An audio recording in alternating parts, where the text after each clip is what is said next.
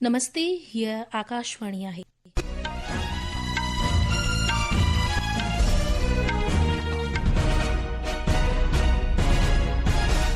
सिंधी समाचारनि सां मां ज्योति फुलवाणी। सभ खां अवल ॿुधंदासीं ख़ासि ख़बरूं। प्रधानमंत्रीअ बजट बैदि वेबिनार में सुधारनि तोड़े वापारी संहिंजाईअ लाइ नीतियुनि जे असराइते अमलीकरण ते ज़ोर भरियो। प्रधानमंत्री नरेंद्र मोदी सुभाणे गुजरात ऐं राजस्थान जे दौरे ते रहंदो।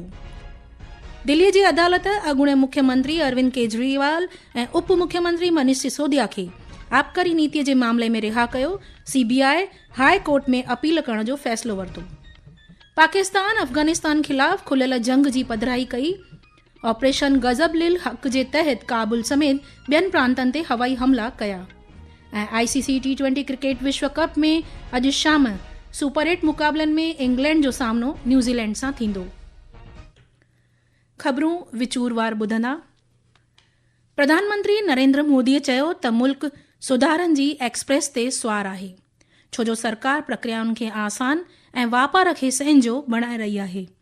गॾोगॾु तकनीक ते दारोमदार रखंदड़ हुकुमरानीअ जो विस्तार बि करे रही आहे। इहा ॻाल्हि श्री मोदीअ वीडियो कॉन्फ्रेंस जे ज़रिए विकसित भारत जे लाइ तकनीक सुधार ऐं मालियात मौज़ूअ ते मुंतज़म बजट बैदि वेबिनार खे ख़िताब कंदे चई।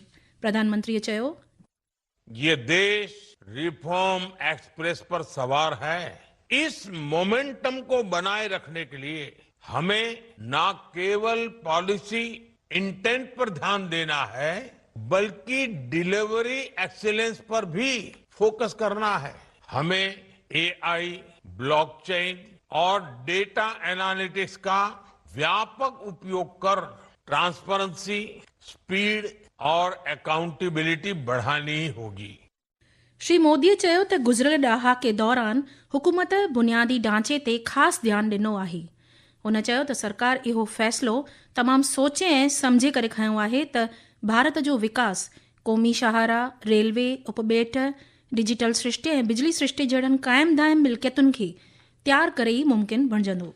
श्री मोदीअ चयो त 11 साल पहले पब्लिक कैपेक्स के लिए बजट में लगभग 2 लाख करोड़ रुपए का प्रावधान था।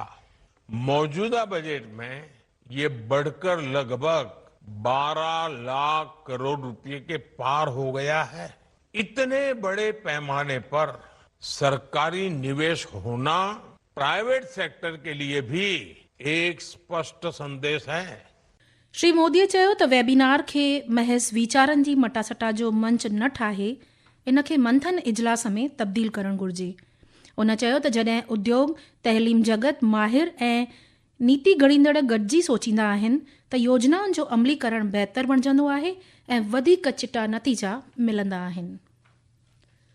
प्रधानमंत्री नरेंद्र मोदीअ अॼु नईं दिल्लीअ में यूनिवर्सल सीरियक ऑर्थोडॉक्स चर्च जे आलातरीन वॾेरे मोरन मोर इग्नाटियस अफ्रेम ॿिए सां मुलाक़ात कई।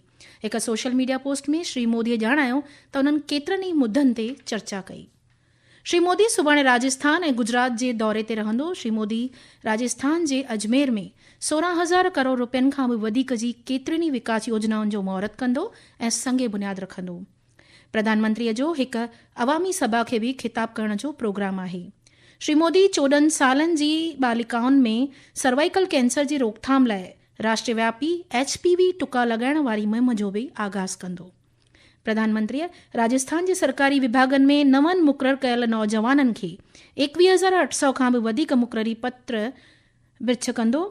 प्रधानमंत्री गुजरात जे साणंद में हिकु सेमीकंडक्टर असेंबली जांच ऐं पैकेजिंग मर्कज़ जो महूरत कंदो। श्री मोदी इन मौक़े ते हिकु आम सभा खे बि ख़िताब कंदो। ही ख़बरूं तव्हीं आकाशवाणी तां ॿुधी रहिया आहियो। वधीक ख़बरुनि जे लाइ तव्हीं असांजी वेबसाइट newsonair.gov.in खे फॉलो करे सघो था। इहे ख़बरूं तव्हीं असांजी YouTube channel air news Gujarat ते बि ॿुधी सघो था। सुप्रीम कोर्ट अॼु वोटर लिस्ट जी ख़ासि जाइज़ा मुहिम SIR प्रक्रिया में तैनात इंसाफ़ी अमलदारनि लाइ चूंड कमीशन जी तरबियत मॉड्यूल खे खणी ओलह बंगाल सरकार जे ऐतराज़ ते गौर वीचार करण खां इनकार कयो। मुख्य जज चयो त सूबे में इन प्रक्रिया लाइ तैनात कानूनी अमलदार इन मुदे ते फ़ैसिलो कंदा। इलेक्ट्रॉनिक ऐं सूचना तकनीक मंत्री अश्विनी वैष्णव चयो त आर्टिफिशियल इंटेलिजेंस जे इस्तेमाल में विश्वास हुअणु तमामु ज़रूरी आहे। अॼु ॿिपेर नई दिल्लीअ में हिकु मीडिया ग्रुप पारां मुंतज़िम राइज़िंग भारत समिट खे ख़िताब कंदे श्री वैष्णव AI बदिलावनि खे संजीदगीअ सां खणण ते ज़ोर भरियो। उन चयो त हर हिकु क़दम सरगर्म रूप सां खणणु घुर्जे। दिल्लीअ जी हिकु अदालत अॼु दिल्लीअ जे अॻूणे मुख्यमंत्री अरविंद केजरीवाल ऐं अॻूणे उप मुख्यमंत्री मनीष सिसोदिया खे आबकारी नीति सां जुड़ियल भ्रष्टाचार मामले में रिहा कयो आहे। अदालत मरकज़ी तहक़ीक़ात ब्यूरो CBI जे तहमतनामे ते नोटिस वठण खां इनकार कयो। ख़ासि जज जितेंद्र सिंह चयो त चार्जशीट में केतिरियूं ई खामियूं आहिनि। अदालत इन केस में 21 ॿियनि माण्हुनि खे बि रिहा कयो आहे। ध्यानु ॾियारियूं त CBI सरकार पारां रद्द थियल आबकारी नीति जे निर्माण ऐं अमलीकरण में मुबाहिना भ्रष्टाचार जी जांच करे रही आहे।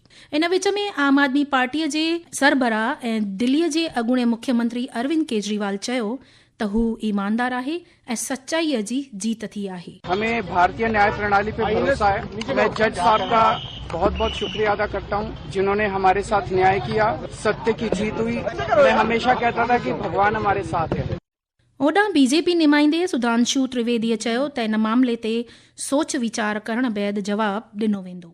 निचली अदालत ने सबूतों के अभाव में उनको बरी किया है। यह तकनीकी विषय है, क्योंकि ये बात भी सही है कि सैकड़ों की संख्या में सिम कार्ड और फोन सबूत के रूप में नष्ट किए गए थे। इस विषय को लेकर जो भी होगा CBI अगला स्टेप उठाएगी। वो हाई कोर्ट में जाते हैं या क्या होता है। जहां तक पार्टी का संदर्भ है, इस पूरे डिटेल के आने के बाद वह इस पर स्ट्रक्चर्ड रिप्लाई देगी। पाकिस्तान जे बचाव मंत्री अफ़गानिस्तान ख़िलाफ़ खुलियल जंग जी पधिराई कई आहे। इन पधिराई सां गॾु ई पाकिस्तान अॼु सुबुह काबुल ऐं ॿियनि 2 अफ़गानी सूबनि में हवाई हमला कया। तालिबान जे तर्जुमान जबीउल्लाह मुजाहिद चयो त पाकिस्तानी फ़ौजी दस्तनि काबुल, कंदार ऐं पंक्तिया ज़िले जे कुझु हिसनि में हवाई हमला कया।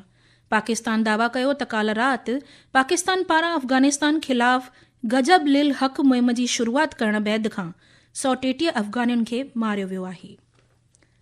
मौसम महकमे अरुणाचल प्रदेश, असम, मेघालय, केरल ऐं माहे में सुभाणे ताईं तेज़ बरसात जा अनुमान ज़ाहिर कया आहिनि। आर्तवार ॾींहुं ओलह बंगाल जे उप हिमालयी खिते ऐं सिक्किम में तेज़ हवाउनि जा आसार चिटा कया आहिनि। 3 ऐं 4 मार्च ते जम्मू कश्मीर में बर्फ़बारीअ लाइ ऐं 4 ऐं 5 मार्च ते गुजरात में गरम ऐं उबस भरियल मौसम जा इम्कान चिटा कया आहिनि। रांदियुनि ॾांहुं रुख वराईंदे ICC T20 विश्व कप में अॼु सुपर 8 जे ग्रुप 2 जे मुक़ाबले में इंग्लैंड जो सामनो कोलंबो जे R प्रेमादासा स्टेडियम ते न्यूज़ीलैंड सां थींदो। इहा मैच शाम 7 बजे खेॾी वेंदी। आख़िरी सुपर 8 मैच में आर्तवार ॾींहुं भारत जो मुक़ाबलो वेस्ट इंडीज़ सां थींदो ऐं ख़िताबी मुक़ाबलो 8 मार्च ते खेॾियो वेंदो। महिला क्रिकेट में ऑस्ट्रेलिया ODI सीरीज़ जे ॿी मैच में अॼु भारत खे 5 विकेटुनि सां शिकस्तो कयो। इन सोभ सां गॾु ऑस्ट्रेलिया चटाभेटीअ में 2-0 जी अॻराई हासिल कई आहे। राष्ट्रपति द्रौपदी मुर्मू अॼु राजस्थान जे जैसलमेर हवाई फ़ौज स्टेशन ते स्वदेशी हल्के लड़ाकू हेलीकॉप्टर प्रचंड में उॾाम जो लुत्फ़ वरितो। चोथों पनडुब्बी विरोधी बेड़ो अंजदीप अॼु बहरी फ़ौज में शामिल कयो वियो। बहरी फ़ौज जे वॾेरे एडमिरल दिनेश त्रिपाठीअ जी मौजूदगीअ में चेन्नई बंदरगाह ते इन बेड़े खे शेवा में शामिल कयो वियो। तमिलनाडुअ जो अॻूणो मुख्यमंत्री ऑल इंडिया अन्ना DMK जो कोऑर्डिनेटर O पनीरसेल्वम ऐं संदसि पुटु तोड़े अॻूणो सांसद P रविंद्रनाथ अॼु हुकुमरान DMK पार्टीअ में शामिल थिया आहिनि। वाणिज्य ऐं उद्योग मंत्री पीयूष गोयल चयो त भारत अमेरिका अंतरिम वापार समझौते में देश जी ज़रई, नंढे ऐं विचोले उद्योग खिते जे मुफ़ादनि खे सभ खां मथ ते रखियो वियो आहे। अॼु नईं दिल्लीअ में हिकु कार्यक्रम में हुन चयो त इन समझौते में हारियुनि, डेयरी, मुर्गी पालन, मोहाणनि ऐं दस्तकारी खितनि सां वाबस्तु सभिनी नाज़ुक मुद्दनि खे ध्यान में रखियो वियो आहे।